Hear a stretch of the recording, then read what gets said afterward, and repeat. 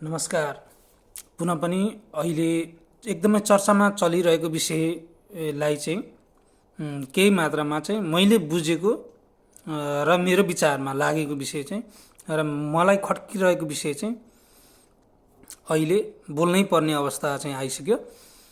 जस्तो कि गायक जो चाहिँ हिरो होइन, सुपरस्टारका रूपमा चिनिएका प्रकाश सपुत, जो कि एकदमै राम्रो सर्जक होइन, एकदमै उत्कृष्ट कलाकार मध्येका चाहिँ एक प्रकाश सपुत चाहिँ अहिले विवादमा तानिएका छन्।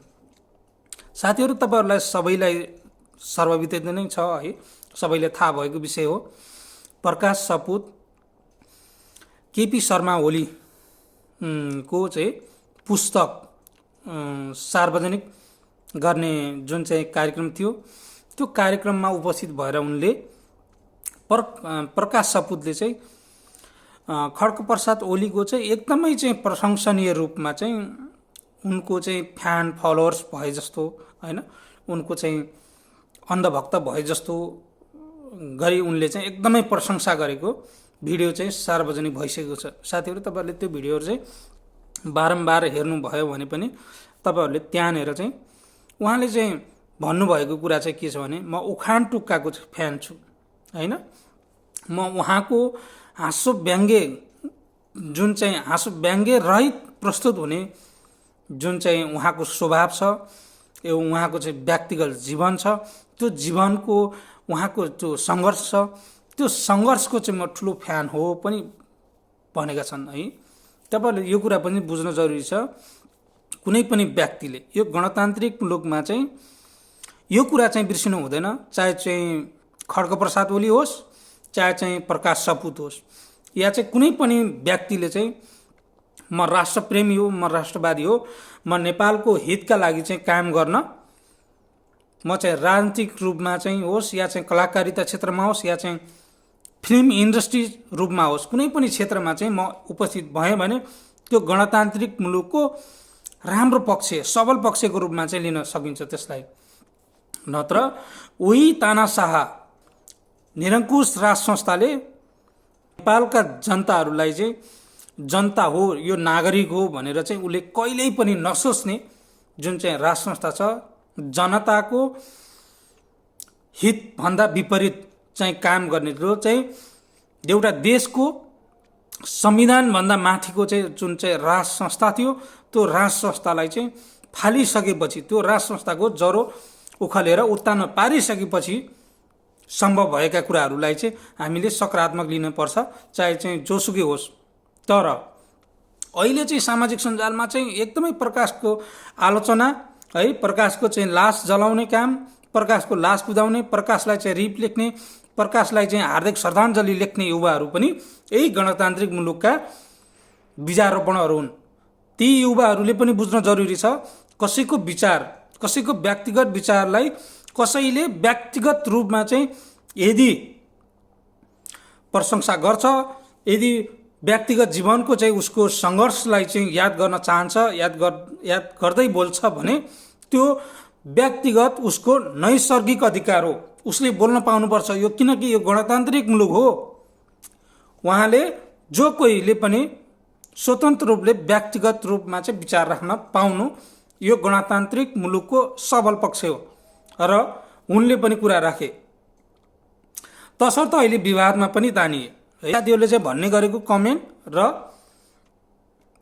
गर्ने हार्दिक श्रद्धाञ्जली र चाहिँ अन्धभक्त है। साथीहरू, यो कुरा बुझ्न जरुरी छ, यदि प्रकाश केपी शर्माको अन्धभक्त हुन् भने होइन, तपाईँ पनि कुनै पार्टी र दलको चाहिँ चाकडी गर्ने अन्धभक्त नै हो के?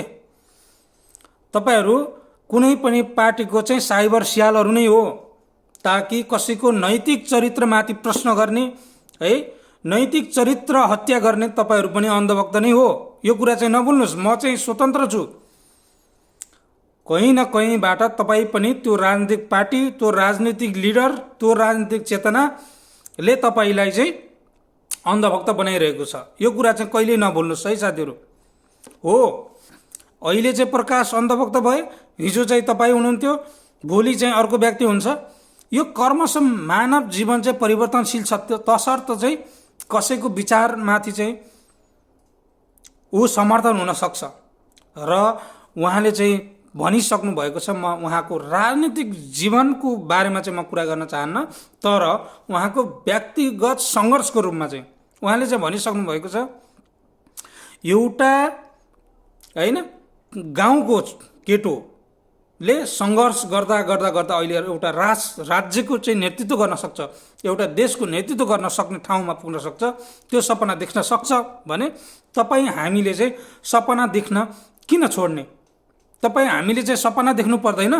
तपाईँ हाम्रा चाहिँ सपनाहरूलाई चाहिँ हामी नबनाउने, योजनाहरू नराख्ने, होइन हाम्रो उद्देश्य लक्ष्यहरू चाहिँ नराख्ने हो भने चाहिँ हामी कहिले चाहिँ प्रगतिशील बन्ने र हामी चाहिँ कहिले चाहिँ फड्को मार्ने, हामी चाहिँ कहिले माटोभन्दा माथि, हामी कहिले चाहिँ सडकभन्दा माथि उठ्न सकिन्छ भन्ने जुन चाहिँ उहाँको एकदमै ऊर्जामूलक चाहिँ सोच हो, उहाँको चाहिँ प्रगतिशील सोच हो, त्यसलाई चाहिँ नकार्न चाहिँ मिल्दैन।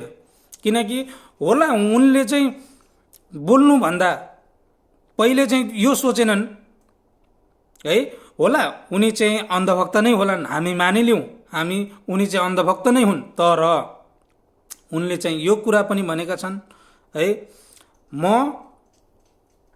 उहाँको व्यक्तिगत जीवनको बारेमा चाहिँ, उहाँको व्यक्तिगत सङ्घर्षको बारेमा चाहिँ है प्रशंसनीय छु है, म प्रशंसा गर्छु उहाँको। किनकि एउटा व्यक्ति जसले मलाई पनि प्रेरणा दिएको छ, जो म गाउँमा एउटा हेपिएको उत्पीडित वर्ग समुदायको व्यक्ति जसले चाहिँ जातका आधारमा चाहिँ अवहेलना भइसकेपछि चाहिँ नाम नै परिवर्तन गरेर चाहिँ प्रकाश सपुत भएर अहिले यो फिल्म इन्डस्ट्रिजमा चाहिँ उदाएका छन् है। तपाईँले यो कुरा पनि नभुलौँ है, प्रकाश सपुत परिवर्तनशील छन्, प्रकाश सपुत भोलिका चाहिँ प्रकाश हुन्, प्रकाशका किरणहरू हुन्। ती प्रकाशका किरणहरूलाई चाहिँ मार्ने काम चाहिँ नगर्नुहोस् तपाईँहरूले है। तपाईँ पनि कुनै पार्टीको चाहिँ राजनीतिक रूपले चाहिँ हेर्ने हो भने तपाईँ पनि अन्धभक्त नै हुनुहुन्छ। म पनि कुनै यदि राजनीतिक पार्टीप्रति चाहिँ मैले धारणा राखेँ भने मलाई तपाईँहरूलाई मिल्नै पर्छ भन्ने हुँदैन, त्यो तपाईँलाई चाहिँ सही हुनै पर्छ भन्ने पनि हुँदैन है, मिल्छ नै भन्ने पनि हुँदैन। यदि त्यो मिलेन भने चाहिँ म अन्धभक्त, मिल्यो भने चाहिँ तपाईँ चाहिँ समर्थक, यो कसरी हुनसक्छ? एउटा कलाकार, एउटा सर्जकले चाहेको भने के हो? आत्मनिर्भर हो, त्यसपछि प्रगति हो होइन, त्यसपछि उत्साह हो, उत्सुकता हो, त्यसपछि इच्छा हो, आकाङ्क्षा हो, रहर हो, त्यसपछि उसले चाहने भनेको भिडभाड नै हो, अरू केही पनि होइन साथीहरू। तसर्थ कलाकार एउटा देशको चाहिँ गहना हो भन्ने जुन चाहिँ सोच छ भने तपाईँहरूले चाहिँ जुन चाहिँ कलाकार चाहिँ एउटा राष्ट्रको गहना हो, यसले पनि सांस्कृतिक रूपले चाहिँ केही परिवर्तन गर्न सक्छ भन्ने हो भने चाहिँ प्रकाशका धेरै परिवर्तनकारी चाहिँ सांस्कृतिक यात्राहरू चाहिँ उदाइरहेका छन् र सांस्कृतिक यात्रा उनले धेरै पहिलादेखि नै गरिरहेका छन्। त्यो तपाईँहरूले चाहिँ देखिसक्नु भएको छ। विभिन्न किसिमका चाहिँ गीतहरू चाहिँ उहाँका विवादमा पनि आए, यही कारणले आए किनकि तपाईँहरूले एउटा पार्टीको बारेमा चाहिँ गीत गाउँदा, एउटा चाहिँ सङ्घर्षको बारेमा गीत गाउँदा, एउटा नेपाली जनताको बारेमा गीत गाउँदा पनि उहाँलाई चाहिँ विवादमा तानेकै हो, उहाँलाई चाहिँ हार्दिक श्रद्धाञ्जली लेखेकै हो। एउटा सर्जकले के चाहन्छ? भिडभाड नै चाहन्छ, अरू के चाहन्छ? उसले एउटा आफ्नो भित्र भएको खुसी नै सार्वजनिक गर्न चाहन्छ। एउटा कलाकारले एउटा रमाइलो चाहन्छ, एउटा उत्सव चाहन्छ, एउटा मेला चाहन्छ, एउटा मान्छेहरूको चाहिँ भिड चाहन्छ भने, त्यो व्यक्ति अगाडि बढ्न चाहन्छ भने त्यो व्यक्तिलाई चाहिँ तपाईँहरूले चाहिँ पार्टीसँग, एउटा व्यक्तिसँग जोडेर चाहिँ तपाईँहरूले अन्धभक्त भनेर विभिन्न किसिमले चाहिँ हार्दिक श्रद्धाञ्जली भनेर त्यसरी चाहिँ उडाइराख्नुपर्ने आवश्यकता छ। यो आवश्यकता हो। अहिलेको यही गणतान्त्रिक मुलुकको चाहिँ पक्षका युवाहरू जो चाहिँ भेर्नाहरू छ, यो जो चाहिँ गणतान्त्रिक मुलुकका चाहिँ बिजारोपण भन्ने युवाहरू चाहिँ तपाईँ हो भने तपाईँहरू चाहिँ कसरी प्रगतिशील हुनुहुन्छ? तपाईँ चाहिँ कसरी अन्धभक्त हुनु भएन? यो कुरा चाहिँ तपाईँहरूले बुझ्ने कि नबुझ्ने?